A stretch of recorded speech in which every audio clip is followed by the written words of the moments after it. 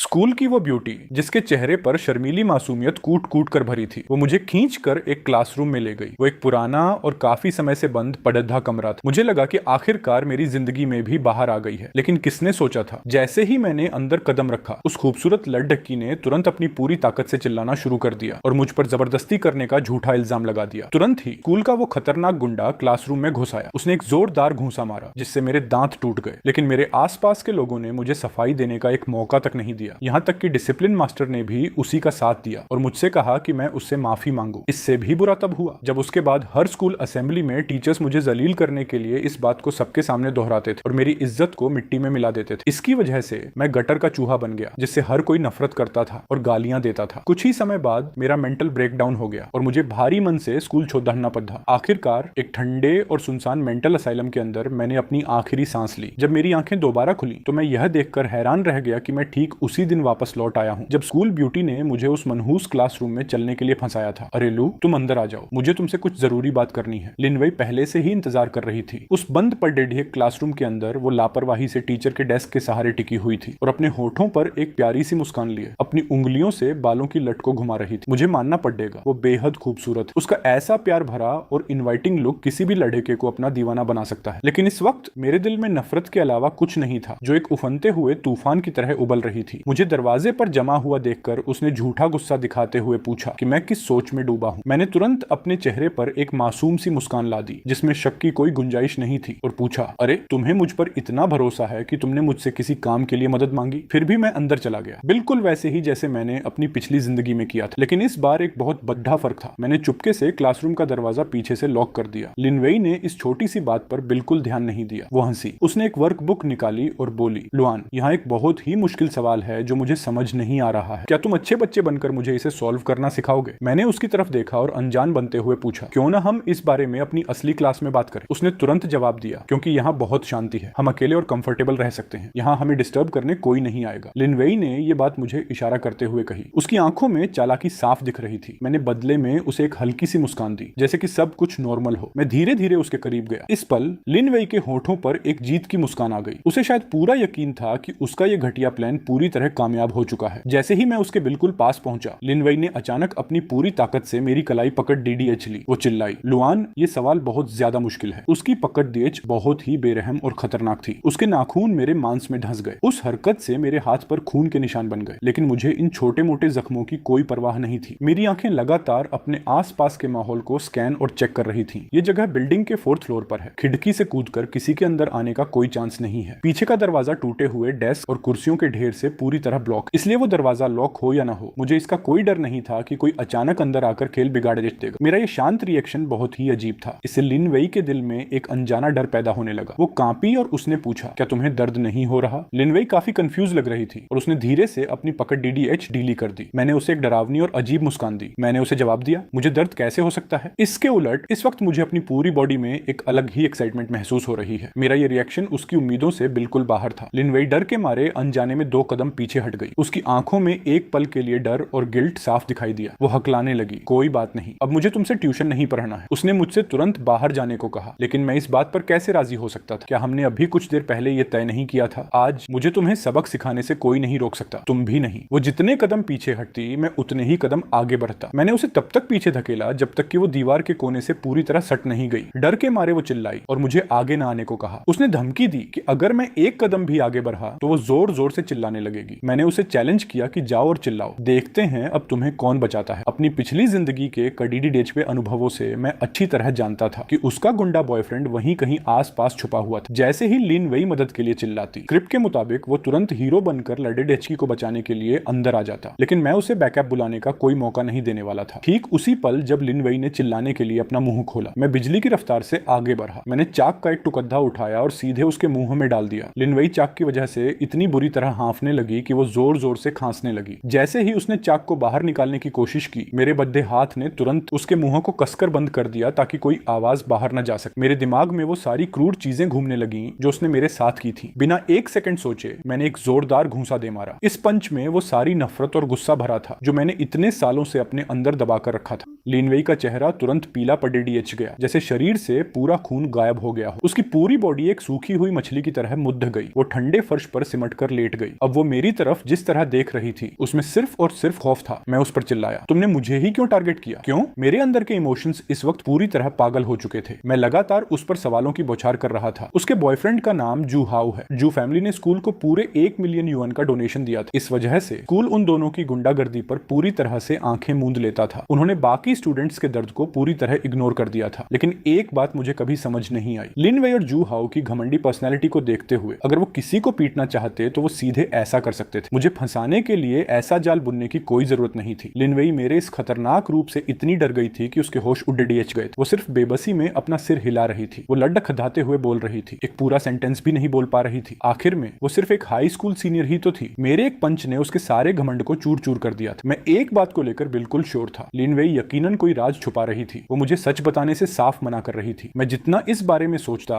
मेरा गुस्सा उतना ही बढ़ता जाता। मेरे दिल में गुस्से की आग तेजी से भड़क रही थी। मुझे लगा जैसे मेरी पूरी बॉडी फटने वाली है। ठीक उसी पल दरवाजे के बाहर से अचानक जोर जोर से खटखटाने की आवाज आई। एक घमंडी आवाज गूंजी, दरवाजा खोलो और बाहर निकलो। बाहर खड़दा शख्स जू हाउ था और लिन वेई। जैसे ही उसने उसकी आवाज सुनी अचानक उसका कॉन्फिडेंस और सिक्योरिटी वापस आ गई। वो चिल्लाई, लु युआन, तुम्हारी हिम्मत कैसे हुई मुझे हाथ लगाने की? मैं तुम जैसे कचरे को जान से मार दूंगी। अपना गुस्सा निकालने के लिए उसने जल्दी से फर्श से एक पेंसिल उठाई, सीधे मेरी तरफ झपटी और उसे मेरी आंख में चुभाने की कोशिश की। इस वक्त मेरी बॉडी में एड्रेनालाइन का फ्लो बहुत हाई था। मेरी सोचने और रिएक्ट करने की स्पीड अपने पीक पर थी। मैंने आसानी से उसकी पतली कलाई पकड़ डीडीएच ली और पेंसिल उसके हाथ से छीन ली। पलक झपकते ही मैं उस पर गुर्राया, तुम्हारी अभी भी इस वक्त पलटवार करने की हिम्मत हो रही है? मेरा गुस्सा इस हद तक बढ़ चुका था कि मैं अब खुद को रोक नहीं पा रहा था। अगले ही सेकंड मैंने उस पर पंचों की बरसात कर दी। ये वो टेक्निक थी जो मैंने मास्टर ये के मार्शल आर्ट से सीखी थी। मेरे मुक्के एक मशीन गन की तरह चल रहे थे जो लगातार लिन वेई के खूबसूरत चेहरे पर पडीडी एच रहे थे। लिन वेई की चीखें बंद नहीं हो रही थी, उसकी दर्दनाक आवाजें गूंज रही थी। कुछ ही देर में उसका चेहरा पूरी तरह सूज गया और बिगड़ गया। ठीक उसी पल जू हाउ ने भारी दरवाजे को एक जोरदार लात मारकर खोल दिया। वो गुस्से में अंदर घुस आया। मैंने लिन वेई को बालों से पकड़ा और धीरे से अपना सिर घुमाया। मैंने एक ठंडी मुस्कान दी और कहा, आखिरकार तुम आ ही गए। पहले मैंने सब कुछ चुपके से रिकॉर्ड करने के बारे में सोचा था, फिर उस सबूत को डिसिप्लिन मास्टर के मुंह पर मारने का प्लान था। मैं उस तरीके से अपनी बेगुनाही साबित करना चाहता था। लेकिन जब मैंने शांत दिमाग से सोचा तो पैसे की ताकत के आगे सच का कोई मोल नहीं होता। भले ही मेरे हाथ में लिन वेई और जू हाउ की गुंडागर्दी का सबूत होता और मैं उसे स्कूल बोर्ड के पास ले जाता, फिर भी उन दोनों को शायद वो सजा नहीं मिलती जिसके वो हकदार थे, क्योंकि उनकी अमीर फैमिली बैकग्राउंड की वजह से स्कूल में रहना या न रहना उनके लिए कोई बड़ी बात नहीं थी। उनकी फैमिली ने पहले से ही उनके विदेश जाकर पाजने और अपना रिज्यूमे चमकाने का रास्ता साफ कर रखा था। अगर मैंने लाइफ का ये सुनहरा मौका गंवा दिया तो बाद में बदला लेने का रास्ता बहुत मुश्किल हो जाता। उन भयानक यादों को सोचते ही मेरे शरीर में एक अजीब सी ताकत दौड़ गई। मेरे दिल में नफरत की आग फिर से जल उठी। लिन वेई सिर्फ मुश्किल से हेल्प शब्द ही बोल पा रही थी। जू हाउ ने खुद को संभाला और एक पागल सांड की तरह मेरी तरफ बढ़ा। हकीकत में उसकी फिजिकल बॉडी उतनी स्ट्रांग नहीं थी। नॉर्मली वो दूसरों को सिर्फ अपनी फैमिली के पावर के दम पर डराता था। वो बस रौब झाड़ देता था ताकि लोग डर जाएं और पलटकर जवाब न दें। जू हाउ बस अंधाधुंध आगे बढ़ा। मैंने बद्दी फुर्ती और समझदारी से खुद को साइड कर लिया। वो अपनी स्पीड को कंट्रोल नहीं कर पाया और सीधे साइड में रखे डेस्क से जा टकराया। एक जोरदार आवाज पूरे कमरे में गूंज उठी। उस भारी टक्कर से डेस्क और कुर्सियां आपस में टकराकर बिखर गईं। मैंने तुरंत मौके का फायदा उठाया और आगे बढ़ा। मैंने उसकी पीठ पर एक जोरदार लात मारी। जू हाउ दर्द से चिल्लाया और धूल भरे फर्श पर मुंह के बल गिर पड़ा। इससे पहले कि वो उठ पाता मैंने उसके हिप्स पर एक और लात जमा दी। मैंने उससे पूरी नफरत के साथ पूछा, तो बस इतनी ही ताकत है तुम में? मैं उसे लगातार लात मारते हुए गालियां दे रहा था। मेरी बातें पूरी तरह से नफरत और मजाक से भरी थी। जू हाउ और लिन वही ही मेरी सारी तकलीफों की जड्रेस थे। मैं सालों के एक एक अपमान का बदला सूद समेत चुकाने वाला था। मैंने उसे उठने और लड़ने के लिए कहा। जैसे ही जू हाउ ने खुद को ऊपर उठाने की कोशिश की, जैसे ही उसने उठने की कोशिश की, मैंने उसे एक और जोरदार लात का गिफ्ट दिया। जू हाउ दर्द और गुस्से से पागलों की तरह चिल्लाने लगा। ऐसा लग रहा था कि वो अपना मानसिक संतुलन खो रहा है। लेकिन मेरी आंखों में इस वक्त उसका ये विरोध बिल्कुल बेकार और दयाजनक था। जब तक मेरा गुस्सा शांत नहीं हो जाता मैं रुकने वाला नहीं था। उनका ये दर्द ही मेरे जख्मों की दवा था। इस जिंदगी में मैं किसी को भी खुद पर हावी नहीं होने दूंगा। इस वक्त वो बस बेबसी और गुस्से में चिल्ला रहा था। लिन वेई डर के मारे पूरी तरह सुन्न हो चुकी थी। नॉर्मली उसने लाइफ में कभी ऐसे हालात का सामना नहीं किया था। जू हाउ ने जल्दी से हाथ बढ़ाया और पास में रखी एक स्टूल को पकड़ डे एच लिया। उसने अपना सिर घुमाया और स्टूल से मुझ पर हमला करने की कोशिश की। मैंने एक सिंपल किक मारी और स्टूल को दूर फेंक दिया। फिर मैंने उसके चेहरे पर एक करारा थप्पड़ जड़े दिया। एक जोरदार आवाज गूंजी। पूरा क्लासरूम अचानक एक भयानक सन्नाटे में डूब गया। जू हाउ ने अपना चेहरा पकड़ा और रोने लगा। लु युआन, तुम्हारी हिम्मत कैसे हुई मुझे मारने की? मेरे डैड तुम्हें कभी नहीं छोड़ेंगे। मैं हंसा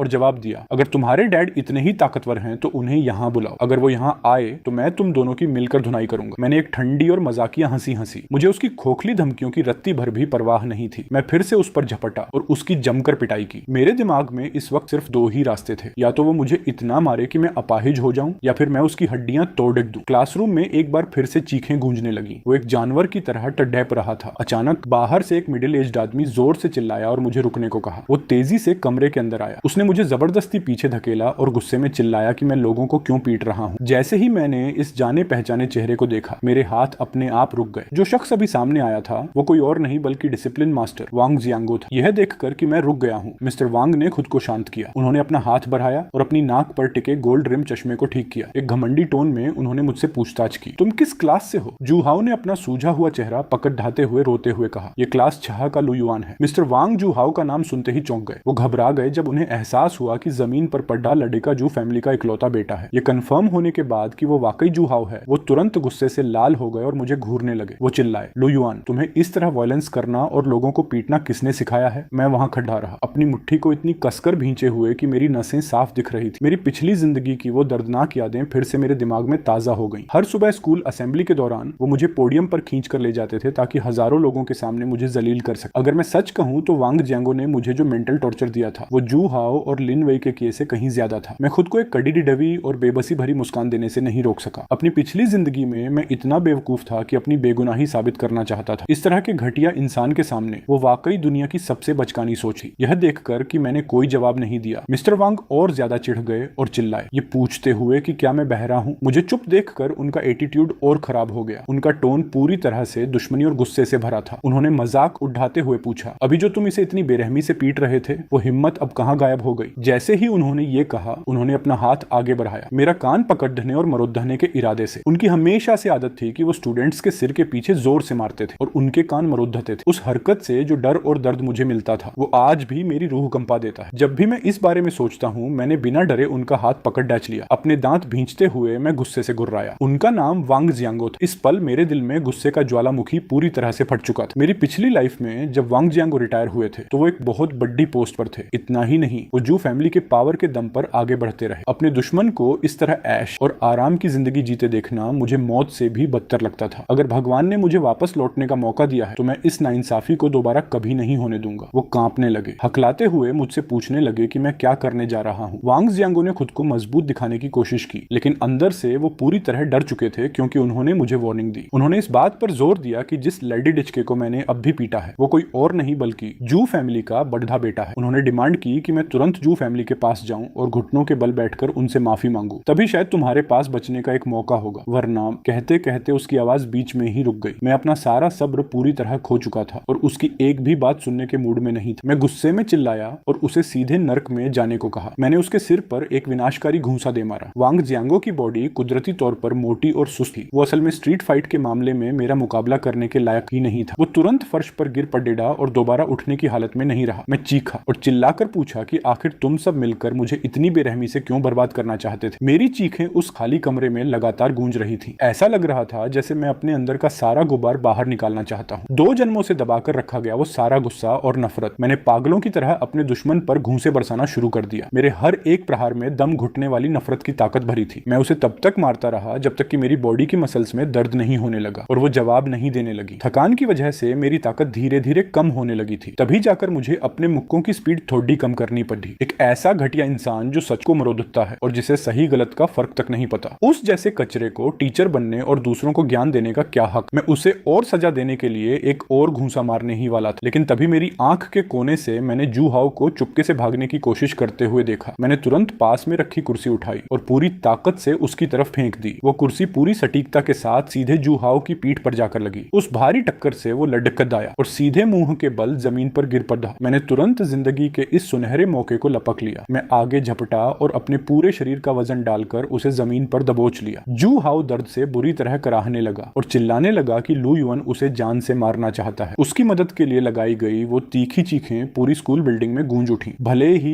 यह एक पुराना क्लासरूम था जो काफी समय से बंद पड़ रहा था, लेकिन इसकी लोकेशन असल में बाकी क्लास ब्लॉक्स के काफी करीब थी। जब बाकी स्टूडेंट्स को एहसास हुआ कि इतनी बेरहमी से मदद के लिए चिल्लाने वाला कोई और नहीं बल्कि स्कूल का गुंडा जू हाओ है, तो तमाशा देखने के लिए और भी ज्यादा स्टूडेंट्स वहां इकट्ठा होने लगे। हर कोई यह देखकर हैरान रह गया और वहीं का वहीं रुक गया। भीड़ में कानाफूसी शुरू हो गई। लोग उस बहादुर लड़ाचके की पहचान के बारे में बातें करने लगे। किसी को यकीन नहीं हो रहा रहा था कि किसी में सचमुच जू हाओ पर हाथ उठाने की इतनी हिम्मत हो सकती है। मुझे मानना पड़ेगा, ये पूरे साल की सबसे बेस्ट न्यूज थी जो मैंने अपनी आंखों से देखी थी। इस सीन ने मेरी नसों में दौड़न रहे खून के बहाव को और तेज कर दिया। आसपास से खड़े क्लासमेट्स का उसे बचाने के लिए अंदर आने का रत्ती भर भी इरादा नहीं था। वे एक एक करके क्लासरूम के दरवाजे के पास इकट्ठा हो गए ताकि इस बढ़िया शो का मजा ले सके। उन्होंने अंदर चल रहे इस ड्रामे को जितना करीब से देखा, उतना ही उनका ध्यान वांग जियांगो और लिन वेई की इस बुरी हालत पर गया। किसी ने हैरान होकर सांस रोक ली और इशारा करते हुए कहा कि जिस शख्स का चेहरा पहचान में भी नहीं आ रहा वो असल में लिन वेई है और उसके बगल में लेटा हुआ इंसान कोई और नहीं बल्कि खुद डिसिप्लिन मास्टर है। तीन लोग मिलकर एक लड़के पर हावी होने आए थे, फिर भी उनका कचंबर निकल गया। भिड्डा उनका मजाक उड़ाने लगी और सोचने लगी कि क्या इन्हें लड़ना भी आता है। वहां फुसफुसाहट चल रही थी कि क्या उन्हें पीट रहा वो लड़का वाकई लू युआन ही है। वे इस चौंकाने वाले सीन को देखकर अपनी आंखों पर यकीन नहीं कर पा रहे थे। क्या वो आमतौर पर इतना सीधा और शरीफ स्टूडेंट नहीं था? ऐसा लग रहा था कि उसे इस कदर मजबूर कर दिया गया कि उसका दिमाग ही घूम गया। मैंने मन में सोचा, इन्होंने खुद अपने लिए यह गड्ढा खोदा है, जो जैसा बोएगा वो वैसा ही काटेगा। उस हिंसक सीन को देखकर कोई भी डरा नहीं और न ही किसी का वहां से पीछे हटने का इरादा था। उन्हीं के बीच एक मेल स्टूडेंट इस पूरी लड़ाई को काफी करीब से देख रहा था। यह देखकर कि बाकी टीचर्स अभी तक बीच बचाव करने नहीं आए हैं, उसने एक जोरदार आवाज लगाई और सीधे वांग जियांगो की तरफ लपका। वांग जियांगो ने अभी अभी अपना टूटा हुआ चश्मा उठाकर वापस पहनना ही था कि अचानक उन्हें अपनी तरफ एक बड्ढा सा पैर आते हुए दिखाई दिया। घबरा कर उन्होंने जाओ चिंग पर चिल्लाते हुए पूछा कि वो आखिर क्या बकवास कर रहा है। इस स्टूडेंट की बॉडी काफी मस्कुलर और तगड़ी थी, हालांकि उसके चेहरे के एक्सप्रेशंस थोड़े सीधे और बेवकूफों जैसे लग रहे थे। स्कूल में सब लोग उसे प्यार से दाकियांग नाम से बुलाते थे। दाकियांग का पैर हवा में ही अचानक रुक गया। उसने एक गहरी मुस्कान दी और टीचर से पूछा कि क्या उसके शूज अच्छे लग रहे हैं। वांग जियांगो पहले से ही चोटों से बेहाल थे और ऊपर से एक स्टूडेंट की तरफ से इस तरह का मजाक। वो इतने ज्यादा भटक गए कि गुस्से के मारे तुरंत वहीं बेहोश हो गए। जहां तक स्कूल ब्यूटी लिन वेई का सवाल था, वो शुरुआत से ही वहां बिना किसी हलचल के पडेढ़ी हुई थी। उसका वो शांत और बेजान पोस्चर देखने में बहुत रिलैक्सिंग लग रहा था। इस मुद्दे पर मेरी बॉडी लगभग पूरी तरह थक चुकी थी। सच कहूं तो मेरे अंदर आगे लड़ेचने के लिए एक कतरे के बराबर भी ताकत नहीं बची थी। मुझे बस एक गहरा पछतावा महसूस हो रहा था कि इंसान का स्टेमिना लिमिटेड क्यों होता है। मेरे अंदर की लड़ेचने की आग कुछ समय के लिए शांत हो गई थी। भीड़ में से कोई चिल्लाया, प्रिंसिपल सर आ गए हैं। प्रिंसिपल अपनी सिक्योरिटी टीम के साथ पीडीएच को हटाते हुए तेजी से क्लासरूम के अंदर दाखिल हुए। ये देखकर दाकियांग ने तुरंत मुझसे कहा कि मैं यहाँ से भाग जाऊं। प्रिंसिपल ने उसे बेहद गुस्से वाली नजरों से घूरा। उन्होंने सिक्योरिटी गार्ड्स को ऑर्डर दिया कि इस मददगार को भी तुरंत अरेस्ट कर लिया जाए। दाकियांग घबरा गया और चिल्लाने लगा कि ये तो सरासर नाइंसाफी है, उसने तो अभी कुछ किया भी नहीं है। उसने अपना बचाव करते हुए कहा कि उसने तो बस अपना पैर थोड़ा सा ऊपर उठाया। उसने इस बात पर जोर दिया कि उसका डिसिप्लिन मास्टर को लात मारकर जान से मारने का कोई इरादा नहीं था। दाकियांग इस वक्त पूरी तरह कंफ्यूज और परेशान था। उसने कुछ किया भी नहीं था, फिर भी उसे इस क्राइम का पार्टनर मान लिया गया। दाकियांग ने अपनी बेगुनाही साबित करने और अपना नाम साफ करने की पूरी कोशिश की। हालांकि सिक्योरिटी टीम फिर भी अपना काम करने के लिए आगे बढ़ी। प्रिंसिपल के ऑर्डर्स के बाद उस पुराने और टूटे फूटे क्लासरूम का माहौल अचानक पहले से भी ज्यादा अजीब हो गया। लेकिन दाकियांग जितना ज्यादा समझाने की कोशिश कर रहा था, वो चीजों को उतना ही ज्यादा बिगाड़ दे रहा था। आखिरकार गार्ड्स ने दाकियांग और मेरे हाथ पैर पूरी तरह से बांध दिए। उन्होंने हमें वहां से निकाला और एक छोटे से तंग कमरे में बंद कर दिया। एक सिक्योरिटी गार्ड ने प्रिंसिपल से पूछा कि क्या उन्हें इस मामले को संभालने के लिए पुलिस को फोन करना चाहिए। प्रिंसिपल ने तुरंत इस आइडिया को खारिज कर दिया और केडेडी शब्दों में कहा, कम से कम अभी के लिए तो बिल्कुल नहीं। वो इस बात से बुरी तरह डरे हुए थे कि अगर यह बात बाहर फैली और पब्लिक तक पहुंची तो उनकी प्रिंसिपल की पोस्ट पक्का चली जाएगी। उन्होंने गार्ड्स को ऑर्डर दिया कि सबसे पहले जू फैमिली को इस बात की जानकारी दी जाए। इस वक्त सबसे जरूरी काम उस अमीर फैमिली के गुस्से को शांत करने का रास्ता खोजना था। यह कहने के बाद वो मुद्दे और पूरी नफरत और गुस्से के साथ मुझे घूरने लगे। उन्होंने अपने जूनियर्स को हिदायत दी कि इस लड़ेचके को सीधे जू फैमिली के हवाले कर दिया जाए ताकि वो खुद इससे निपटें। इस वक्त मेरा मूड बहुत ही फ्रेश और रिलैक्स था। अपना पूरा गुस्सा निकाल लेने के बाद मुझे उस जैसे कचरे के साथ बहस या बकवास करने की कोई परवाह नहीं थी। मेरे लिए इस समय सबसे जरूरी चीज यह थी कि मैं एक एक सेकंड का इस्तेमाल अपना स्टेमिना वापस पाने के लिए करूं। इसके साथ ही मुझे खुद को आजाद करने का कोई ना कोई रास्ता खोजना था। मैंने कमरे में किसी ऐसे टूल को ढूंढना शुरू किया जिससे मेरी मदद हो सके। मेरा ध्यान पास की टेबल पर गया जहां एक छोटा सा चाकू रखा हुआ था। मैंने फुर्ती से उस चाकू को उठाया और चुपके से अपनी हथेली में छुपा लिया। ठीक कुछ ही देर बाद सायरन की आवाजें गूंजने लगीं, जिससे साफ हो गया कि एम्बुलेंस स्कूल कैंपस के अंदर आ चुकी है। मैंने खिड़की के फ्रेम के सहारे खुद को ऊपर उठाया ताकि बाहर के हालात देख सकूं। मैंने देखा कि जू हाओ और बाकी दोनों को एक एक करके बेहद दयनीय हालत में एम्बुलेंस के अंदर ले जाया जा रहा था। दूर से मुझे अभी भी स्टूडेंट्स की कानाफूसी की आवाजें हल्की हल्की सुनाई दे रही थी। कोई झूठी हमदर्दी दिखाते हुए आहें भर रहा था और कह रहा था कि यह कितनी शर्म की बात है कि इस जनरेशन का गॉड ऑफ वॉर इस तरह धूल में मिल गया। भीड़ा हंस रही थी और कह रही थी कि उन्होंने स्ट्रीट फाइटर्स तो बहुत देखे हैं, लेकिन लेकिन किसी फाइटर की ऐसी सुझाई हुई हालत पहली बार देखी है। ये पहली बार था जब किसी ने ऐसा किया। बाकी स्टूडेंट्स ने अपनी संतुष्टि जाहिर करते हुए कहा कि वे काफी समय से ऐसा करना चाहते थे। उन सभी ने मिलकर सर्वसम्मति से यह माना कि इस पूरे स्कूल में लू युआन ही सबसे बड़ा डेडाइज बंदा है। तारीफ के उन शब्दों ने मेरी आत्मा को काफी हल्का और रिलैक्स कर दिया। मैं मुद्दा और मैंने उत्सुकता से दाकियांग से पूछा कि उसने अभी अभी इतनी जल्दबाजी में ऐसा कदम क्यों उठाया। वांग जियांगो रोज तुम्हारे सिर पर मारता है, लेकिन मैंने तुम्हें कभी इस तरह गुस्सा होते नहीं देखा। असल में दाकियांग और मैं एक ही क्लास में नहीं थे, लेकिन हम दोनों एक ही होम टाउन से थे, एक ही गरीब गांव में पले बढ़े थे। पुराने दिनों में हमारा गांव दो गांव के बेवकूफों के लिए काफी बदनाम था। जब से दाकियांग और मैं गांव छोड़कर शहर में पढ़ाई करने आए थे, तब से गांव में बेवकूफ कहलाने के लिए कोई बचा ही नहीं था। दाकियांग ही इस जगह पर इकलौता ऐसा भाई था जिस पर मैं पूरी तरह भरोसा करता था। उसने अपना सिर नीचे झुकाया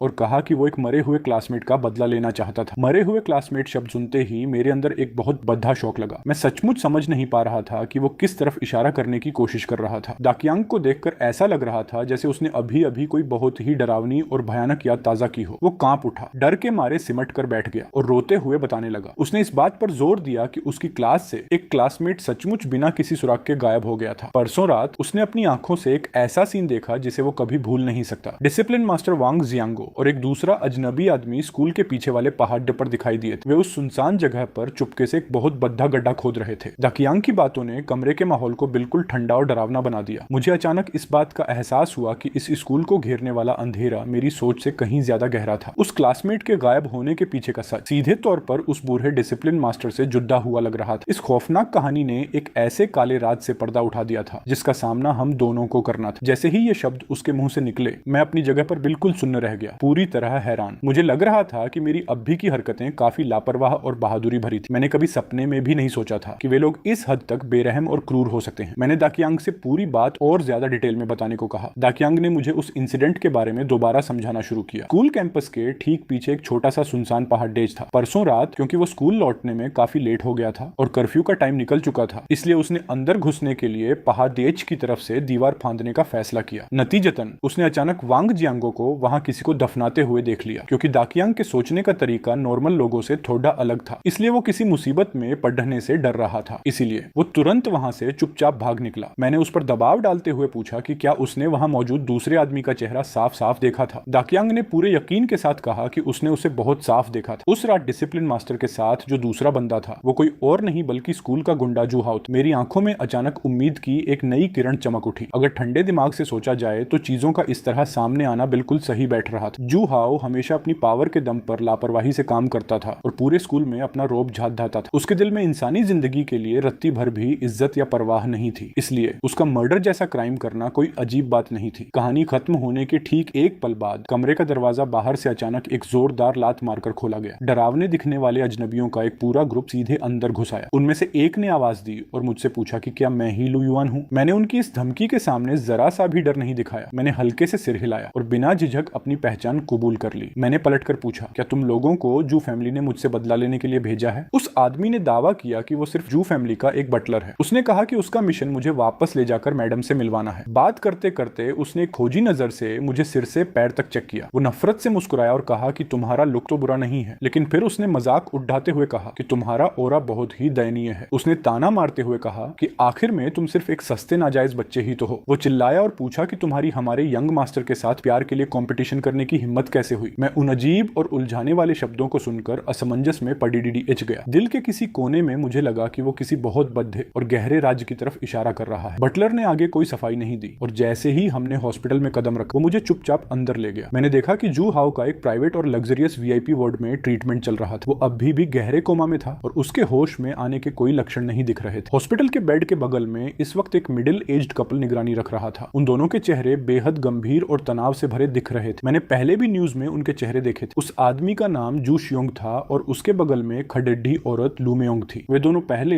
एक असफल शादी के दौर से गुजर चुके थे। जब लू मेयोंग की मुलाकात जू शियोंग से हुई तो वो पहले से ही प्रेग्नेंट थी। शादी के महज 3 महीने बाद ही उसने उसके बेटे को जन्म दिया। वो बच्चा कोई और नहीं बल्कि यही जू हाओ था जो उस बेड पर बिना किसी हलचल के लेटा हुआ था। जू हाओ के बैकग्राउंड के सच में कई छिपी हुई परतें नजर आ रही थी। उनके पास्ट के पहेली के टुकड़े मेरे दिमाग में धीरे धीरे साफ होने लगे थे। वो बेटा जू हाओ था। जू शियोंग की पहले भी एक और शादी हो चुकी थी। अफवाहों की माने तो उसका एक और नाजायज बेटा भी था। बाहर कई लोकल लोग इस गॉसिप के बारे में जानते थे। मैंने खुद सिर्फ अनजाने में बाकी क्लासमेट्स को इस बारे में बातें करते हुए सुना था। एक बार जब जूहाओ ने किसी को बहुत बेरहमी से पीटा था, तब बटलर ने सम्मान के साथ आगे बढ़कर मैडम को रिपोर्ट दी थी। उसने अनाउंस किया कि आप जिस इंसान को ढूंढ रही थी उसे यहाँ लाया जा चुका है। मैं इस बारे में पहले से ही जानता था, इसलिए लू मेओंग ने धीरे से अपना हाथ हिलाया, जिससे साफ हो गया कि उन्होंने उन सभी लोगों को कमरे से बाहर जाने का ऑर्डर दिया जो इस मामले से जुड़े नहीं थे। बटलर सावधानी से सबको हॉस्पिटल के कमरे से बाहर ले गया। पलक झपकते ही अंदर सिर्फ हम 4 लोग रह गए। हम सब आमने सामने खड़े थे। लू मेओंग ने मुझे ऐसी नजरों से घूरा जो पूरी तरह जहर और नफरत से भरी थी। वो मुझे घूर कर खा जाने वाली नजरों से देख रही थी। उसने मुझे जलील करते हुए एक घटिया और नीच इंसान कहा। मेरी इतनी हिम्मत कैसे हुई कि मैं उसके बेटे पर हाथ उठाऊं। जैसे ही ये शब्द उसके मुंह से निकले, उसने अचानक मुझ पर हमला कर दिया। उसने अपना हाथ घुमाया और मेरे चेहरे पर एक जोरदार थप्पड़ जड़ दिया। उस थप्पड़ में बहुत ज्यादा ताकत थी। मेरे मुंह के कोने से तुरंत ताजा खून बहने लगा। ये देखकर कि लू मेओंग ने दोबारा अपना हाथ उठाया है, दूसरी बार हमला करने के लिए तैयार। मेरा उसके सामने 1 सेकंड के लिए भी खुद को रोकने का कोई इरादा नहीं था। मैंने सीधे उसके पेट पर एक जोरदार लात मारी। बिना कोई रहम दिखाए लू मेओंग के मुंह से एक दर्दनाक चीख निकल गई। उसकी बॉडी एक तोप के गोले की तरह पीछे की तरफ फेंकी। वो हॉस्पिटल की ठंडी दीवार से बुरी तरह जा टकराई। यह देखकर जू शियोंग घबरा गया और उसे उठाने के लिए तेजी से आगे बढ़ा, लेकिन एहसान मानने के बजाय लू मेओंग ने अपना हाथ घुमाया और जू शियोंग को इतनी जोर से थप्पड़ मारा कि उसे दिन में ही तारे दिखने लगे। उसे गालियां दी, उसे एक निकम्मा और डरपोक कचरा कहा। वो उस पर चिल्लाई और पूछा कि क्या वो बस वहीं खड़े डिढ़ा रहेगा और अपनी पत्नी को पिटते हुए देखता रहेगा बिना कुछ किए। जू शियोंग का चेहरा बेहद अजीब और बदसूरत एक्सप्रेशन में बदल गया। वो पूरी तरह से टूटा हुआ और असहज लग रहा था। इससे पहले कि उसने आखिरकार हकलाते हुए जवाब दिया, उसने कहा कि चाहे जो भी हो, मैं फिर भी उसका सगा बेटा हूँ। इसके अलावा इतने सालों से वो मेरे प्रति हमेशा गहरा गिल्ट महसूस करता था। जैसे ही ये सच उसके होठों से निकला, मुझे लगा जैसे मुझ पर बिजली गिर गई हो। मैं आखिरकार समझ गया कि जू हाउ ने मुझ पर सीधे हमला क्यों नहीं किया था। तो यही वजह थी कि उसने मुझे इस तरह फंसाने और जाल बुनने के लिए इतनी मेहनत की थी। वे इस घटिया तरीके का इस्तेमाल करके मुझे पूरी तरह से मौत के मुंह में धकेलना चाहते थे। लू मेओंग तब तक चिल्लाई जब तक कि उसकी आवाज नहीं बैठ गई। वो जू शियोंग का नाम चीख रही थी। उसने उसे याद दिलाया कि वो उसके परिवार के एहसानों को कभी न भूले। वो चिल्लाई और पूछा कि आखिर किसने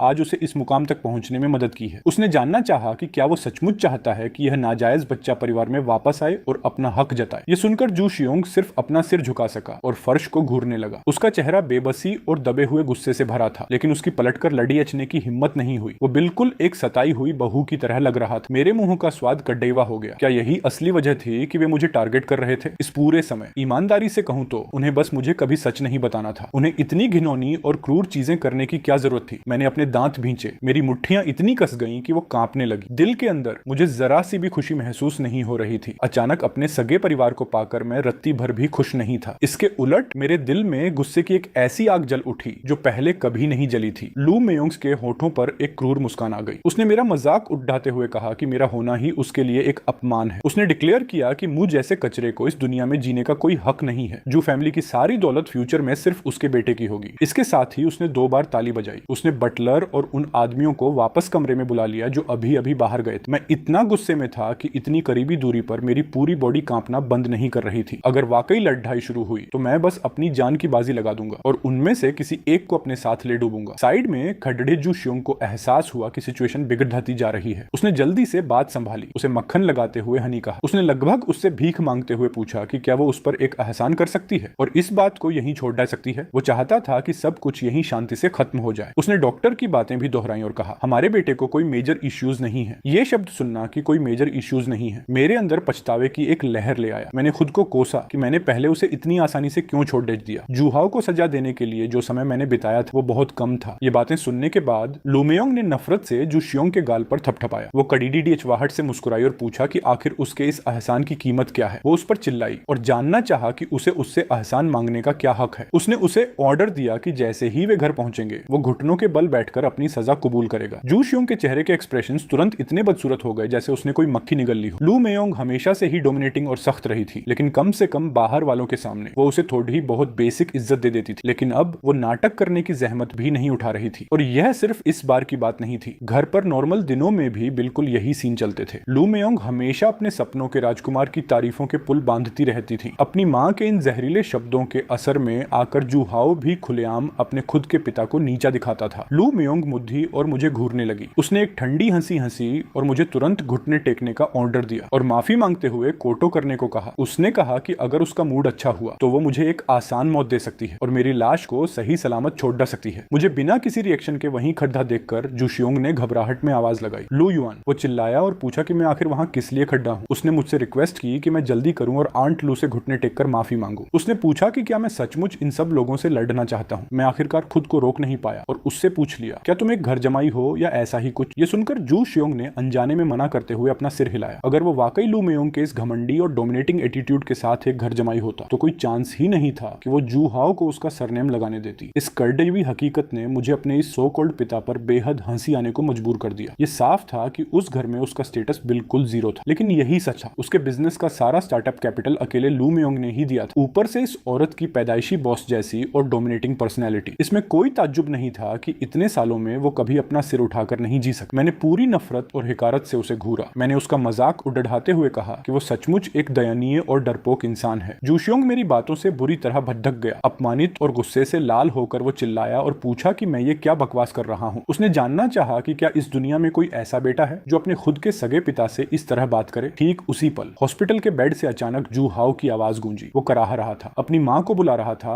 और रोते हुए बता रहा था कि उसे कितना दर्द हो रहा है। लू मेयोंग का चेहरा तुरंत बेहद खुशी से चमक उठा। उसका दिल अपने बेटे के लिए तड़हैप उठा और वो तेजी से उसके बेड की तरफ भागी। उसने उसे दुलार किया और उसे अपना प्यारा बेटा कहा। आखिरकार उसके होश में आने पर वो बेहद खुश थी। वो रोने लगी कि उसे इस हालत में देखना उसकी ममता को झकझोर रहा है। जैसे ही जू हाओ रोने और अपनी माँ से शिकायत करने ही वाला था, उसकी नजर अचानक वहाँ सीधे खड्डाढ़े मेरे फिगर पर पड़ी। उसने अपने दांत भींचे और नफरत से अपनी माँ को ऑर्डर दिया। उसने डिमांड की कि वो तुरंत मुझे सजा दे और उसका बदला ले। वो अपनी आंखों से देखना चाहता था कि मैं घुटनों के बल बैठकर बुरी तरह रो रहा हूँ। यह देखकर जू शियोंग भी अपने बेटे को दिलासा देने के लिए जल्दी से आगे बढ़ा। उसने जू हाओ से कहा कि वो बस आराम करे और पहले अपने घावों को ठीक करने पर फोकस करे। उसने प्रॉमिस किया कि एक बार जब उसकी कंडीशन स्टेबल हो जाएगी तो सब लोग एक साथ बैठकर शांति से बात कर सकते हैं। जू हाओ ने उसे कोई भाव नहीं दिया, बल्कि उसे पूरी नफरत से देखा। वो कड़वाहट से मुस्कुराया और कहा कि आखिरकार वो उसका सगा बाप है भी नहीं। उसने ताना मारा कि यह साफ है कि सोजाके कि वो उस नाजायज बच्चे की साइड लेगा। जू शियोंग की बोलती तुरंत बंद हो गई। वो जवाब में एक शब्द भी नहीं बोल पाया। लू मेयोंग ने गुस्से में अपनी उंगली सीधे मेरे चेहरे की तरफ उठाई। उसने अपने आदमियों को बेहद क्रूर टोन में ऑर्डर्स दिए। उन पर चिल्लाते हुए पूछा कि क्या उन्होंने सुना कि उसके बेटे ने अब भी क्या कहा। उसने डिमांड की कि वो मुझे पकड़ें और जमीन पर दबोच ले। वो चाहती थी कि वे मुझे तब तक पीटें जब तक कि मैं दर्द से चिल्लाने न लगूं। उसके बाद उसने ऑर्डर दिया कि फ्यूचर के किसी भी खतरे को खत्म करने के लिए मेरे हाथ पैर पूरी तरह तोड़ दिए जाएं। वे तगड़े आदमी धीरे धीरे आगे बढ़ने लगे और मुझे घेर लिया। ठीक उसी पल जब वे मुझ पर हाथ डालने ही वाले थे, मैंने अचानक उनका ध्यान भटकाने के लिए एक जोरदार आवाज लगाई। अपनी पूरी ताकत का इस्तेमाल करते हुए मैं अचानक सीधे लू मेयोंग की तरफ झपटा। इस अचानक हुए मूव से सब हैरान रह गए। लू मेयोंग डर के मारे पीली पडीडी एच गई। अपनी मैडम की सेफ्टी के डर से उन आदमियों में से किसी ने भी कोई रिस्क लेने की हिम्मत नहीं की। वे अपना टारगेट बदलने और लू मेयोंग को प्रोटेक्ट करने को प्रायोरिटी देने पर मजबूर हो गए। लेकिन जैसे ही वे सब मिलकर उसके आसपास एक इंसानी दीवार बनाने के लिए इकट्ठा हुए, हॉस्पिटल के बेड पर लेटा जू हाओ अचानक पूरी तरह अकेला और अनप्रोटेक्टेड रह गया। मैंने अपना सिर घुमाया और जू हाओ की तरफ एक तीखी और बर्फीली नजर से देखा। मैंने एक डरावनी और शातिर मुस्कान दी जिसे देखकर किसी की भी रूह कांप जाए। जू हाओ का दिल तुरंत एक पल के लिए रुक गया। वो एक भयानक अनहोनी के डर से भर गया। भीड़ में बटलर ने सबसे तेजी से रिएक्ट किया। वो घबरा गया और चिल्लाया, ओह शिट। उसे एहसास हो गया कि मेरा असली टारगेट तो यंग मास्टर है। अगले ही सेकंड मैंने अचानक अपनी डायरेक्शन बदली। गजब की फुर्ती दिखाते हुए मैं बिजली की रफ्तार से सीधे जू हाओ के बेड की साइड में पहुंच गया। तुम आखिर क्या बकवास कर रहे हो? जू हाओ डर के मारे कांपने लगा और हकलाया। उसने पूछा कि मैं क्या करने जा रहा हूँ। मौत का एक गहरा साया उसकी पूरी बॉडी को घेर चुका था। यह देखकर कि मेरे हाथ में चाकू है, लू मेयोंग की भी कोई जल्दबाजी करने की हिम्मत नहीं हुई। वो बस वहां खड़ी होकर धमकियां दे सकती थी और डिमांड कर रही थी कि मैं उसके बेटे को तुरंत छोड़ बेच दूं। वो चिल्लाई कि अगर मैंने उसके सिर के एक बाल को भी छूने की हिम्मत की तो वो यकीनन यह श्योर करेगी कि मुझे दफनाने की जगह तक न मिले। मैंने उसकी तरफ ऐसे देखा जैसे वो कोई पूरी तरह बेवकूफ औरत हो। मैंने धीरे से अपना हाथ अपने सामने उठाया और अपनी हथेली से जू हाओ के चेहरे पर एक जोरदार थप्पड़ रसीद कर दिया। उसका चेहरा इस वक्त सफेद पट्टियों की मोटी लेयर्स से लिपटा हुआ था। इस वजह से उस थप्पड़ दियच की आवाज बहुत साफ नहीं आई, लेकिन मुझे ईमानदारी से इस बात की कोई परवाह नहीं थी कि मेरे हाथ को कैसा फील हुआ। मेरा इकलौता गोल इस वक्त अपने अंदर लगी गुस्से की इस भयानक आग को शांत करना था। मैं गुर्राया, मैं उसे अभी छू रहा हूँ, देखते हैं तुम जैसी औरत इस बारे में क्या उखाड़ सकती है। मेरा टोन बेहद घमंडी और डोमिनेटिंग था। लू मेयोंग मुझसे दिल से नफरत करती थी, लेकिन वो सिर्फ अपने दांत भींचकर इसे बर्दाश्त कर सकती थी। उसकी कोई भी लापरवाह कदम उठाने की हिम्मत नहीं हुई। मेरा अभी भी वहीं रुकने का कोई इरादा नहीं था। इसके बजाय मैंने एक पागल इंसान की तरह उसे पीटना जारी रखा और पूछा, तुम सचमुच मुझे मारना चाहते थे, है ना? तुम्हें मुझे फंसाना बहुत पसंद है, क्यों नहीं? मेरे दिमाग में मेरी पिछली जिंदगी के वो जलील करने वाले सीन्स लगातार फ्लैश हो रहे थे। मैं चिल्लाया, चिल्लाया, मैं तुम्हें रोते हुए देखना चाहता हूँ, मेरे सामने रो, धिक्कार है तुम पर। और मेरी इस बेरहम जबरदस्ती के आगे जुहाव तुरंत जोर जबरदस्ती से फूट फूट कर रोने लगा। सब कुछ इतनी आसानी से और नेचुरली हुआ। आप कह सकते हैं कि उसके ये आंसू कोई नाटक बिल्कुल नहीं थे, यह उसके परम डर से उपजे सबसे सच्चे जज्बात थे। अपने दुश्मन को ऐसी दयनीय हालत में देखकर मुझे अविश्वसनीय रूप से संतुष्टि महसूस हुई। अब मैं चाहता हूँ कि तुम मेरे लिए मुस्कुराओ, अभी के अभी मुस्कुराओ। लेकिन जाओहाव इस वक्त भला कैसे मुस्कुरा सकता था? अगर उसने अपनी चेहरे की मांसपेशियों को थोड़ा सा भी हिलाया तो उसके चेहरे के घाव खिंच जाते, जिससे असहनीय दर्द होता। मैं गुर्राया, तुम मुस्कुरा क्यों नहीं रहे हो? क्या तुम मुस्कुराने की क्षमता के बिना पैदा हुए थे? मैंने अपना हाथ एक बार फिर हवा में ऊपर उठाया। जाओहाव इतना डर गया कि उसे मनोवैज्ञानिक झटके लगने लगे। उसका पूरा शरीर हिंसक रूप से कांप उठा। इसके तुरंत बाद अस्पताल के कमरे में यूरिन की तेज दुर्गंध फैल गई। उसने मुझसे और न मारने की भीख मांगी। वह फूट फूट कर रोया कि अगर मैं उसे मारता रहा तो मैं निश्चित रूप से उसे जान से मार दूंगा। उसने कसम खाई कि अब से वह कभी भी मुझसे पंगा लेने की हिम्मत नहीं करेगा। जब वह बुरी तरह रो रहा था और लगातार माफी की भीख मांग रहा था, मेरा मूड पूरी तरह से शांत रहा। बिना किसी भावना के जाओ जैसे नीच लोग कभी भी वास्तव में यह महसूस नहीं करेंगे कि उन्होंने कहां गलती की थी। वे माफी सिर्फ इसलिए थी क्योंकि वह मरने से बुरी तरह डरा हुआ था। वह बस अपनी दयनीय जिंदगी बचाने की कोशिश कर रहा था। उनकी क्रूरता उनकी हड्डियों में बसी थी, इसे कभी बदला नहीं जा सकता था। मैं इस डर को जिंदगी भर के लिए उसका पीछा कराने वाला था। अगर भगवान ने कभी उसे फिर से शुरुआत करने का मौका दिया तो वह निस्संदेह आज की तुलना में और भी अधिक क्रूर चीजें करेगा। लू मयांग ने मुझसे उत्सुकता से पूछा कि मुझे उसके बेटे को छोड़ने के लिए क्या चाहिए। जाओ शिरंग ने भी मुझसे आग्रह किया कि मैं आवेगी होकर काम न करूं और कोई बड़ी आपदा न खड़ी करूं। उसने वादा किया कि वे मुझे मुआवजे के रूप में बहुत सारा पैसा दे सकते हैं। उसने पूछा कि क्या जाओ परिवार की संपत्ति का 10वां हिस्सा मुझे संतुष्ट करने के लिए काफी होगा। मैंने उस पर एक तिरछी नजर डाली और अवमानना के साथ पूछा, क्या वह वास्तव में आपका सगा बेटा है? आप किसी ऐसे व्यक्ति की रक्षा के लिए खुद को क्यों नीचा दिखा रहे हैं जो लगातार आपको नीचा दिखाता है? मेरे सवाल ने शिरंग को पूरी तरह से अवाक कर दिया। वह जवाब में एक शब्द भी बोलने में असमर्थ। वह इस अपमान की परवाह वास्तव में कैसे नहीं कर सकता था जो उसने इस पूरे समय झेला था। बात बस इतनी थी कि इतने सालों में उसे अपने स्वाभिमान को निगलने और खामोशी से पीड़ित होने की आदत हो गई थी। लू मयांग और उसके बेटे की नजरों में उसकी हैसियत मूल रूप से बेकार थी। उसकी गरिमा एक पालतू कुत्ते से बमुश्किल ही ऊंची थी, बस थोड़ी सी ऊंची। मुझे उन पर अपनी सांसें बर्बाद करने में बहुत आलस महसूस हुआ। इसके अलावा मुझे असली और नकली युवा स्वामियों के लड़ने के इस ड्रामे को खेलने में कोई दिलचस्पी नहीं थी। मैंने उन सभी को जल्दी करने का आदेश दिया, दीवार के पास जाने और उसके सहारे खड़े होने को कहा। मैंने उन्हें चेतावनी दी कि अगर किसी ने भी अवज्ञा करने की हिम्मत की तो वे मुझे बेरहम होने के लिए दोष न दें, इस डर से कि वे मुझ पर छिपकर हमला करने के लिए किसी ब्लाइंड स्पॉट का फायदा उठा सकते हैं। मैंने उन सभी को कोने में जाने के लिए मजबूर कर दिया। मैंने सभी को कमरे के कोने में भेज दिया और उन्हें स्थिर खड़ा कर दिया। जैसे ही भीड़ सही स्थिति में आ गई, मैंने मांग की। एक अधेड़ उम्र की महिला अचानक एक व्हील चेयर को सीधे अस्पताल के कमरे में धकेलते हुए अंदर आई। महिला ने आवाज दी, यह पूछते हुए कि चीजें कैसी हैं और वह जानना चाहती थी कि क्या जाओ अभी तक जागा है या नहीं। उस व्हीलचेयर पर बैठी व्यक्ति कोई और नहीं बल्कि लिनवेई थी। इस अप्रत्याशित रूप ने मेरे दिल को अत्यधिक खुशी से भर दिया। मैंने इस अद्भुत व्यवस्था के लिए भाग्य को चुपचाप धन्यवाद दिया। यह उसे यहीं ले आया। मुझे उसे दोबारा खोजने के लिए कोई और बेकार प्रयास नहीं करना पड़ा। मुझे सच में उम्मीद नहीं थी कि शिकार खुद इस तरह मेरे दरवाजे पर आ जाएगा। लिनवेई का चेहरा इस समय सफेद पट्टी की परतों में कसकर लिपटा हुआ था। अगर मुझे उसके मुंह में टूटे हुए दांतों की सही स्थिति स्पष्ट रूप से याद न होती तो इस चेहरे को पहचानना बेहद मुश्किल होता। जहां तक व्हील चेयर धकेलने वाली महिला की बात है, वह निश्चित रूप से लिनवेई की सगी मां थी। इस पर लिनवेई ने अचानक कमरे में मेरी उपस्थिति पर ध्यान दिया। उसका व्यवहार तुरंत तनावपूर्ण हो गया। वह अत्यधिक आतंक से भर गई। उसका पूरा शरीर भयानक आघात से अनियंत्रित रूप से कांपने लगा। मुझे मानना होगा वह और जाओहाव वास्तव में स्वर्ग में बनी एक जोड़ी है। डरे होने पर उनकी मनोवैज्ञानिक प्रतिक्रियाएं भी बिल्कुल वैसी ही होती हैं। लिनवेई की मां ने अपनी बेटी को अजीब व्यवहार करते देख जल्दी से उससे पूछा कि क्या बात। लिनवेई ने कांपते हुए मेरी तरफ इशारा किया और कहा कि मैं लू युआन हूँ, मेरा नाम सुनकर। वह महिला पूरी तरह से हैरान और स्तब्ध रह गई। उसके तुरंत बाद उसने सीधे मेरे चेहरे की तरफ इशारा किया और गालियों की बौछार शुरू कर दी। उसने गुस्से में चिल्लाते हुए पूछा कि क्या मैं वही हूँ जिसने उसकी कीमती बेटी पर बेरहमी से हमला किया था। उसने ताना मारते हुए यह भी पूछा कि क्या मुझ जैसे कचरे को मर्द भी माना जा सकता है। मैंने बस एक हल्की सी मजाकिया मुस्कान दी। उन बेबुनियाद आरोपों का सामना करते हुए मैंने पलटवार किया और उससे पूछा कि उसने अपनी लाडली बेटी से क्यों नहीं पूछा कि उसने क्या किया था। आपको पता लगाना चाहिए कि उसने स्कूल में किस तरह के अत्याचार किए। महिला ने आक्रामक रूप से पलटवार किया कि उसकी बेटी ने उसे पहले ही पूरा सच बता दिया है। उसे अपनी बेटी द्वारा बुने गए सफेद झूठ पर पूरा भरोसा था। वह शुद्ध नफरत और द्वेष से भरी आंखों से मेरी तरफ देखती रही। इस माँ का अंधा लाड़ प्यार ही वजह था कि लिनवेई इतनी खराब निकली। पूरा अस्पताल का कमरा अचानक एकदम घुटने वाले तनावपूर्ण माहौल में डूब गया। उसने मुझ पर झूठा आरोप लगाया, दावा किया कि मुझ जैसे गुंडे के उसकी बेटी के प्रति अश्लील इरादे थे। उसने कहा कि क्योंकि लिनवेई ने पालन करने से इनकार कर दिया। मैंने उसे पीटने का सहारा लिया। उस महिला ने द्वेषपूर्वक घोषणा की कि यह मामला निश्चित रूप से इतनी आसानी से खत्म नहीं होने वाला है। उसने दृढ़ता से कहा कि उसका परिवार मुझे बिल्कुल अदालत ले जाएगा। उसने मुझसे कहा कि बस अपनी आंखें खुली रखो और उस दिन का इंतजार करो जब मैं जेल जाऊंगा। मैंने अपनी एक भौं थोड़ी उठाई और मजाक से भरी नजर से लिन वेई की ओर देखने लगा। मैंने उससे पूछा, क्या तुमने वास्तव में अपनी माँ को यही बताया था? लिन वेई की आंखें इधर उधर डोलने लगी। मुझसे आंखें मिलाने की हिम्मत नहीं हुई। घर पर उसने हमेशा एक अच्छी आज्ञाकारी बेटी की छवि बनाने और बनाए रखने की कोशिश की। उसकी माँ ने जोर से दावा किया कि वह अपनी बेटी को सबसे अच्छी तरह जानती है। वह मुझ पर चिल्लाई। मुझे अपनी बेटी पर झूठे आरोप लगाने का सपना भी न देखने के लिए कहा। मेरा चेहरा गुस्से को दबाते हुए पहले से कहीं अधिक ठंडा और गंभीर हो गया। मैं घुर्राया, यह पूछते हुए कि क्या वह सच जानती है? स्कूल में हर महीने औसतन वह कम से कम 1 दर्जन अन्य छात्रों को प्रताड़ित करती है। कुछ को उसने इस कदर मजबूर किया कि उन्होंने तड़पते हुए स्कूल छोड़ दिया। कुछ को तो उसने तब तक प्रताड़ित किया जब तक कि वे गंभीर डिप्रेशन का शिकार नहीं हो गए। मैंने पूछा कि क्या उसने कभी वास्तव में उन अत्याचारों की जांच की थी। उसकी मां ने अभी भी हठपूर्वक जोर दिया कि उसकी बेटी अविश्वसनीय रूप से अच्छी तरह से व्यवहार करने वाली और समझदार थी। उसका मानना था कि लिनवे कभी भी ऐसी क्रूर चीजें पर नहीं करेगी। उसने अपनी बेटी से जल्दी से बोलने और उन आरोपों को नकारने का आग्रह भी किया। लिनवे ने तुरंत अपने पिता के नाम का इस्तेमाल करते हुए अविश्वसनीय रूप से क्रूर तरीके से कसम खाई। उसने कसम खाई कि स्कूल में उसने कभी किसी सहपाठी को प्रताड़ित नहीं किया। उसने यहाँ तक शाप दिया कि यदि उसकी शपथ झूठी हो तो उसके पिता की बीमारी कभी ठीक ना हो। यह सुनकर मैं दंग रह गया और इतनी क्रूरता पर समय रहते प्रतिक्रिया भी नहीं दे सका। मैंने व्यंग्यपूर्वक पूछा, क्या आपके पिता जानते हैं कि उनकी इतनी संस्कारी बेटी है? उसकी माँ हालांकि अविश्वसनीय रूप से भरोसेमंद दिखाई दी और उसने दृढ़ता से एक बात कही। उसका मानना था कि इस दुनिया में कोई भी बच्चा अपने माता पिता की जिंदगी के साथ मजाक नहीं करेगा। उसने मुझे जेल जाने के लिए खुद को तैयार करने का आदेश दिया। मैं अपनी ही मासूमियत पर एक आत्मनिंदात्मक कड़वी मुस्कान मुस्कुराए बिना नहीं रह सका। मुझे एहसास हुआ कि एक बार फिर मैंने एक अविश्वसनीय रूप से बेवकूफी भरी गलती कर दी थी। यह वाकई बेतुका था कि मैंने उन जैसे नीच लोगों से बात करने के लिए रीजन का इस्तेमाल करने की कोशिश भी की। चूंकि चीजें पहले ही इस मोड़ पर पहुंच चुकी थी, इसलिए सभी स्पष्टीकरण बेमानी थे। आगे बहस जारी रखने के लिए मेरे पास वास्तव में कोई पेशेंस नहीं बचा था। मैंने अपनी रेशनैलिटी के आखिरी टुकड़े को भी पूरी तरह से अलग छोड़ने का फैसला किया। मैंने इस प्रॉब्लम को पूरी तरह से हल करने के लिए सबसे डायरेक्ट एक्शन का इस्तेमाल करना चुना। लिनवे की माँ अभी भी अनजान बनी हुई मुझसे पूछ रही थी कि मैं क्या प्लानिंग कर रहा हूँ। लिनवे और उसकी माँ दोनों को अभी भी स्थिति की गंभीरता का एहसास नहीं हुआ था। उनकी लाइफ खतरे में थी, फिर भी वे अविश्वसनीय रूप से एरोगेंट व्यवहार कर रहे थे। हकीकत में अगर उन्होंने कोने में दुबके हुए लुमयांग के ग्रुप के डरपोक स्टेंस को थोड़ा करीब से देखने पर ध्यान दिया होता तो उन्हें निश्चित रूप से एहसास हो जाता कि कुछ बहुत गलत था। लेकिन दुर्भाग्य से अब किसी भी पछतावे के लिए बहुत देर हो चुकी थी। मैं दहाड़ा और उनसे डेथ के लिए तैयार होने की मांग की। मेरी मूवमेंट इतनी तेज थी कि कोई भी उन्हें साफ तौर पर देख नहीं सका। मैंने सीधे लिनवे की चेस्ट को निशाना बनाते हुए एक विनाशकारी राउंडहाउस किक मारी।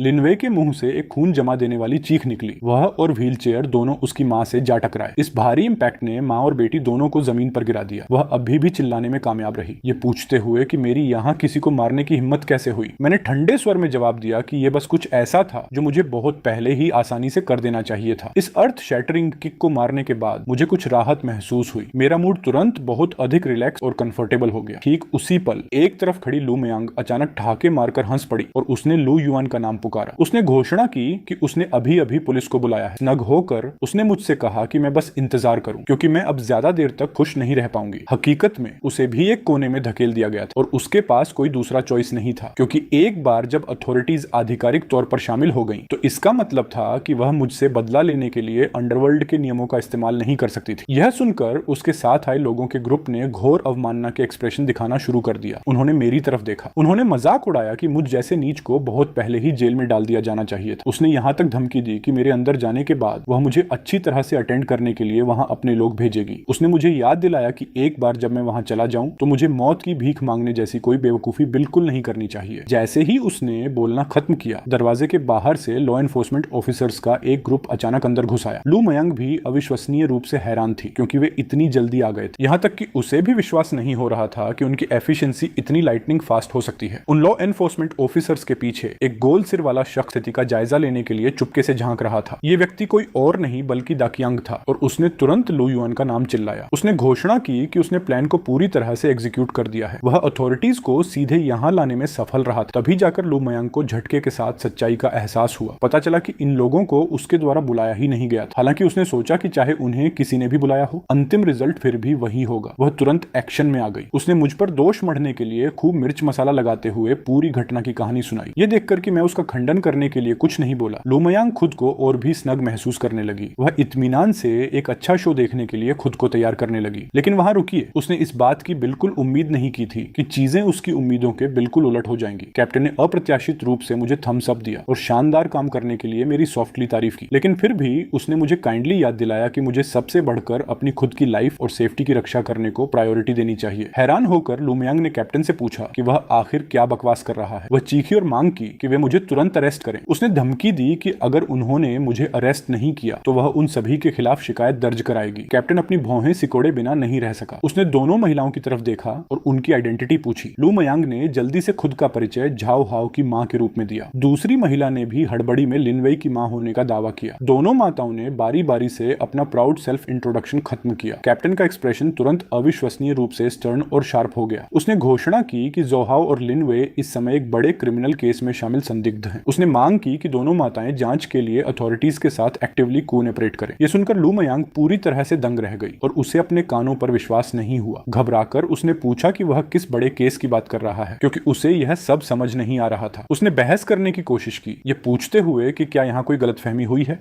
अस्पताल के बेड पर लेटा जोहाओ बिल्कुल भी एक शब्द बोलने की हिम्मत नहीं कर सका। वह बस खामोश रहा। उसका चेहरा डर और गिल्ट से भरा था। इस बीच लिन वेई ने अपना आपा खो दिया और फूट फूट कर रोने लगी। उसके आंसू बारिश की तरह गिरते रहे। भयानक डर के कारण अस्पताल के कमरे का माहौल अचानक उनकी उम्मीदों के बिल्कुल विपरीत हो गया। लिन वेई रोते हुए कमजोरी से अपनी मां की आगोश में सिमट गई। वह लगातार रोती रही कि वे उसे फंसा रहे हैं और प्रताड़ित कर रहे हैं। अन्याय की वे चीखें अस्पताल के कमरे में बार बार गूंजती रहीं। लिन वेई इतनी दयनीय रूप से रोई जैसे बारिश में नहाया हुआ नाशपाती का फूल हो, जिससे उसे देखने वाले किसी भी व्यक्ति को अत्यधिक सिंपैथी महसूस हो। उसने एक पीड़ित मासूम छोटी लड़की का रोल निभाने की पूरी कोशिश की। उसकी वह फ्रजाइल इमेज वास्तव में लोगों को धोखा देने के लिए बहुत आसान थी। लिन वेई की मां ने अपनी बेटी को इस तरह रोते देख अचानक हिम्मत जुटाई। उसने दृढ़ता से दावा किया कि उसकी बेटी ने बचपन से लेकर आज तक कभी झूठ बोलना सीखा ही नहीं। वह चिल्लाई कि पुलिस से निश्चित रूप से कोई गलती हुई है। उसने यहाँ तक हाइपोथेसिस बना डाली कि शायद स्कूल में कोई और लड़की हो जिसका फर्स्ट नेम और लास्ट नेम उसकी बेटी के बिल्कुल समान हो। कैप्टन ने ठंडे लहजे में जवाब दिया कि वे स्कूल के पहाड़ के पीछे मिले कॉर्प और मर्डर वेपन पर मौजूद पुख्ता सबूतों के आधार पर काम कर रहे हैं। जाओ हाओ और लिन वेई के फिंगरप्रिंट्स अभी भी अविश्वसनीय रूप से साफ बचे हुए थे। उसने बदले में उससे पूछा, क्या ये साइंटिफिक सबूत भी गलत हो सकते हैं? ऐसा कहने के बाद कैप्टन ने एक प्लास्टिक बैग निकाला जो सावधानी से सील किया हुआ था। उस बैग के अंदर एक लोहे की रॉड थी जिस पर अभी भी सूखे खून के धब्बे लगे थे। जैसे ही उसने उस घातक लोहे की रॉड को देखा, जाओ हाओ आखिरकार पूरी तरह से टूट गया और अपना आपा नहीं रख सका। वह बुरी तरह रोया। उसके चेहरे पर नाक और आंसू बहने लगे और उसने कन्फेस करना शुरू कर दिया। उसने बहाने बनाए, यह दावा करते हुए कि उसे कोई अंदाजा नहीं था कि सामने वाला इतना कमजोर था कि वह एक भी हिट झेल नहीं सका। उसने जोर देकर कहा कि उसने लोहे की रॉड का इस्तेमाल केवल उसकी गर्दन के पिछले हिस्से पर हल्का सा टैप करने के लिए किया था। मासूमियत का ढोंग करते हुए उसने पूछा, किसने सोचा था कि विक्टिम बस गिर जाएगा? धत्त तेरे की। कैप्टन दहाड़ा और उससे पूछा, आखिर कौन किसी की गर्दन के पिछले हिस्से पर इस तरह टैप करने के लिए लोहे की रॉड का इस्तेमाल करता है? लिन वेई की मां को अब जाकर स्थिति की गंभीरता का वास्तव में एहसास हुआ। वह हड़बड़ी में एंग्जाइटी और पैनिक से भरी आंखों से लिन वेई की तरफ मुड़ी। वह बेताब होकर अपनी बेटी के मुंह से एक सेटिस्फैक्टरी स्पष्टीकरण सुनना चाहती थी। कांपते हुए उसने लिन वेई से पूछा, क्या पुलिस जो कह रही है वह सच है? लिन वेई के हाथ भी डर के मारे लगातार कांप रहे थे। उसकी आंखों की गहराइयों में निराशा की एक धुंधली परत पहले से ही थी। लिन वेई ने धीरे से सिर हिलाया, अपनी मां के सामने अपना गुनाह कबूल कर लिया। ठीक उसके बाद ऐसा लगा जैसे उसे अचानक कोई बहुत महत्वपूर्ण बात याद आ गई हो। उसने कसम खाने के लिए जल्दी से अपनी 3 उंगलियां ऊपर उठाई। उसने कसम खाई कि यह विक्टिम ही था जिसने पहले उसे उकसाने और उसका मजाक उड़ाने की पहल की थी। वह रोई। उसने जोर देकर कहा कि उसका वास्तव में उस व्यक्ति की जान लेने का कोई इरादा नहीं था। उन शब्दों को सुनकर लिन वेई की मां ऐसी दिखी जैसे उसकी सारी ताकत खत्म हो गई हो। उसका पूरा शरीर ठंडी जमीन पर ढह गया। बिल्कुल सदमे में जाओ हाओ ने अभी भी भारी सांसें लेते हुए एक बेवकूफाना सवाल पूछा। उसने इस बात का जिक्र किया कि वह पहले से ही 18 साल का हो चुका है। कांपते हुए उसने पूछा कि क्या उसे समय काटने के लिए जेल जाना पड़ेगा? मैंने उस पर घोर अवमानना की नजर डाली और ठंडे स्वर में बोला। मैंने व्यंग्य पूर्वक जवाब दिया, तो अब जाकर तुम्हें डरना आया है और प्रॉब्लम समझ आई है। ये सुनकर जाओ हाओ इतना फ्यूरियस हो गया कि उसकी चेस्ट में इस कदर दर्द हुआ जैसे वह खून की उल्टी करने वाला हो। तुरंत ही वह एक बार फिर गहरे कोमा में चला गया। मुझे अचानक उस पुराने प्रॉक्टर वांग जियांगो के अस्तित्व की याद आई। मैं तुरंत मुड़ा और अपने पास खड़े कैप्टन से पूछा कि क्या उन्होंने उस बूढ़े को अभी तक अरेस्ट किया है या नहीं। कैप्टन ने कैजुअली जवाब दिया कि यह बस एक सुविधाजनक काम था जिसे उन्हें अंजाम देना था। उसने दरवाजे के बाहर इशारा किया जिससे मुझे एक परिचित सिलुएट दिखाई दिया। वांग जियांगो इस समय ठंडी हथकड़ियों के जोड़े में कसकर बंद था। वह अस्पताल के कमरे के ठीक बाहर कुछ ही दूरी पर चुपचाप खड़ा था। इस बार उस बूढ़े कमीने को निश्चित रूप से सम्मान और गौरव के साथ रिटायर होने का मौका नहीं मिलने वाला था। बड़ा ग्रज आखिरकार पूरी तरह से सेटल हो गया था। मैं आधिकारिक तौर पर अपनी पढ़ाई के रास्ते को जारी रखने के लिए स्कूल लौट आया। मैंने कड़ी मेहनत और पहले से कहीं अधिक एफर्ट लगाया। मेरे दिल में हमेशा उपन्यासों के पुनर्जन्म वाले प्रोटोगोनिस्ट की तरह बनने की चाहत थी। मैंने सिंघुआ, पेकिंग जैसे प्रतिष्ठित टॉप टियर यूनिवर्सिटीज में एक्सेप्ट होने का गोल सेट किया। भले ही मैं सिंघुआ पेकिंग में न जा सकूं, फिर भी मैं एक की यूनिवर्सिटी में जाने के लिए डिटरमाइंड। समय चुपचाप बीतता गया। कुछ ही समय बाद कॉलेज एंट्रेंस एग्जाम के रिजल्ट आखिरकार आधिकारिक तौर पर घोषित कर दिए गए। मेरा टोटल स्कोर महज 300 पॉइंट्स था। मैं शाम की हवा के बीच अपने कदमों को रोककर खड़ा रह गया। अविश्वसनीय रूप से कन्फ्लिक्टेड महसूस कर रहा था। इस बीच दकियांग ने केवल 280 पॉइंट्स स्कोर किए थे। फिर भी वह शांति से मुझे कंफर्ट करने के लिए मुड़ा और मुझे लाइफ में कभी भी उम्मीद न छोड़ने की सलाह दी। मैं उदासी की एक लहर महसूस किए बिना नहीं रह सका। मुझे एक कड़वी सच्चाई का एहसास हुआ। वास्तव में एक हाई स्कूल सीनियर का दिमाग ही सबसे शार्प और सबसे फंक्शनल होता है। हाई स्कूल के इस कठिन फाइनल स्टेज के दौरान सीनियर्स एस्ट्रोनॉमी से लेकर जियोग्राफी तक सब कुछ समझ सकते हैं। अंदर से वे मैक्रो स्केल से लेकर डेली लाइफ के तुच्छ मामलों तक सभी क्षेत्रों के मास्टर्स होते हैं। लेकिन ग्रेजुएशन के कुछ ही समय बाद वह सारा संचित नॉलेज पूरी तरह से भुला दिया जाएगा, लगभग पूरी तरह से साफ हो जाएगा। मुझ जैसे पुनर्जन्म लिए व्यक्ति के लिए जो दशकों तक जी चुका है, उसका दिमाग किसी भी टेक्स्ट बुक नॉलेज को और अधिक क्रैम नहीं कर सकता। ये फैक्ट कि मैंने 300 पॉइंट स्कोर किए, कम से कम आधा तो प्योर लक के कारण था। आंख झपकते ही समय बीत गया और उस वर्ष का सितंबर आ चुका था। एक ऐसी चीज थी जिसकी मैंने 10 लाख सालों में भी उम्मीद नहीं की होगी। अंत में दकियांग और मुझे अभी भी सीधे एक टॉप टियर यूनिवर्सिटी में एडमिशन मिल गया। वजह यह थी कि हम दोनों ने वास्तव में कुछ बहुत मोन्यूमेंटल हासिल किया था। न केवल हमें एक प्रतिष्ठित मेडल मिला था, बल्कि हमें एग्जाम्पलरी आउटस्टैंडिंग यूथ्स के रूप में भी सम्मानित किया गया था। कई मेजर यूनिवर्सिटीज ने एक्टिवली हमसे संपर्क किया और हमें एनरोल करने के लिए वेलकम किया। आधिकारिक तौर पर यूनिवर्सिटी के गेट्स में कदम रखने के बाद मैंने खुद को बेहतर बनाने के लिए अपने मेजर पर कड़ी मेहनत की और साथ ही शुरुआत करने के अवसरों की तलाश की। तुरंत ही बड़ा पैसा कमाना काफी मुश्किल था, लेकिन इसकी भरपाई के लिए मेरे पास अपने पिछले जीवन की अनमोल यादें मौजूद थीं। तो मेरे लिए कुछ एक्स्ट्रा साइड इनकम कमाना अभी भी काफी आसान था। कुछ और साल पलक झपकते ही बीत गए। दकियांग और मैंने एक साथ एक छोटी कंपनी खोलने के लिए अपने गृहनगर लौटने का फैसला किया। बिजनेस वर्ल्ड के तूफानों के बीच कई सालों की ट्रेनिंग और कड़ी मेहनत के बाद आज का दकियांग अपने अतीत की तुलना में पूरी तरह से बदल चुका था। वह अब नासमझ नहीं रहा था। वास्तव में तनावपूर्ण कामकाजी घंटों के बाद अपने खाली समय के दौरान उसने चू परिवार की वर्तमान स्थिति के बारे में जानकारी जुटाने की पहल भी की। चूहाओं को अदालत द्वारा आधिकारिक तौर पर मौत की सजा सुनाई गई। उसकी सजा को तुरंत तामील कर दिया गया। उसके बाद लिन वे को 15 साल जेल की सजा सुनाई गई। वह वर्तमान में अभी भी सलाखों के पीछे अपनी सजा काट रही है। रिहाई की कोई तारीख नजर न आने के साथ शुरुआत में किसी ने नहीं सोचा था कि उनकी सजा इतनी गंभीर होगी। हालांकि विक्टिम के परिवार ने किसी भी मौद्रिक मुआवजे को स्वीकार करने से पूरी तरह से इनकार कर दिया था। उनकी एकमात्र इच्छा थी कि चूहाओं अपनी जान देकर जान की कीमत चुकाए, क्योंकि वे विक्टिम के परिवार से कोई सेटलमेंट एग्रीमेंट या माफी हासिल नहीं कर सके थे। हाउ को कानून के अनुसार अधिकतम सजा का सामना करने के लिए मजबूर होना पड़ा। लू मयांग उस समय एक कोने में धकेल दी गई। कोई दूसरा विकल्प न बचने पर वह केवल हर जगह रिश्वत देने और सेटिंग करने के लिए पैसे का इस्तेमाल ही कर सकती थी। अतीत में उसका व्यक्तित्व अविश्वसनीय रूप से एरोगेंट और एक्सट्रीम था। वह जहां भी जाती दुश्मन बनाती और बहुत से लोगों को ठेस पहुंचाती थी। वह कभी नहीं जानती थी कि दूसरों पर दया कैसे दिखाई जाए या उनके लिए कोई रास्ता कैसे छोड़ा जाए। इस वजह से जिस पल चूहाओं मुसीबत में पड़ा, चू परिवार के सभी पुराने दुश्मन चीजें मुश्किल बनाने के लिए एक साथ खड़े हो गए। अंतिम रिजल्ट यह हुआ कि वह न केवल चूहाओं को बचाने में विफल रही, बल्कि उसने अनजाने में कई जजों को भी अपने साथ जेल खींच लिया। ठीक उसी दिन जब चूहाओं को उसकी फांसी के लिए ले जाया गया था। लू मयांग इस बड़े झटके को बर्दाश्त नहीं कर सकी और पूरी तरह से पागल हो गई। उसका दिमाग बिखर गया और उसने अपना मानसिक संतुलन पूरी तरह से खो दिया। उसके मुंह से हमेशा अर्थहीन और असंगत बकवास बड़बड़ाती रहती थी। वह लगातार बुदबुदाती रहती थी कि उसे मदद के लिए अपने सपनों के प्रेमी को खोजने विदेश जाना है। चू शिरंग, जो मूल रूप से इतने सालों तक कायरता और कमजोरी का जीवन जी रहा था, आखिरकार ठीक इसी पल उसने एक बार मजबूत होने की हिम्मत दिखाई। उसने बिना दूसरा विचार किए लू मयांग को घर से बाहर निकालने का फैसला किया। हालांकि चू परिवार के दुश्मनों को इससे कोई फर्क नहीं पड़ा। उन्होंने कड़वे अंत तक चू परिवार के बिजनेस का शिकार करना और उसे नष्ट करना जारी रखा। ज्यादा समय नहीं बीता, बैंकरप्सी के कारण चू शिरंग की सारी संपत्ति हवा में गायब हो गई। मैंने सुना है कि वह अब चुपचाप ग्रामीण इलाकों में अपने गृहनगर लौट आया है। उसका दैनिक जीवन अब पूरी तरह से खेती और मछली पकड़ने के इर्द गिर्द घूमता है। दकियांग मेरी तरफ मुड़ा और मुझसे पूछा कि क्या मैं वापस जाकर उससे थोड़ा मिलना चाहता हूँ। मैंने ठंडे स्वर में जवाब दिया कि मुझे वास्तव में इसकी कोई आवश्यकता नहीं दिखती।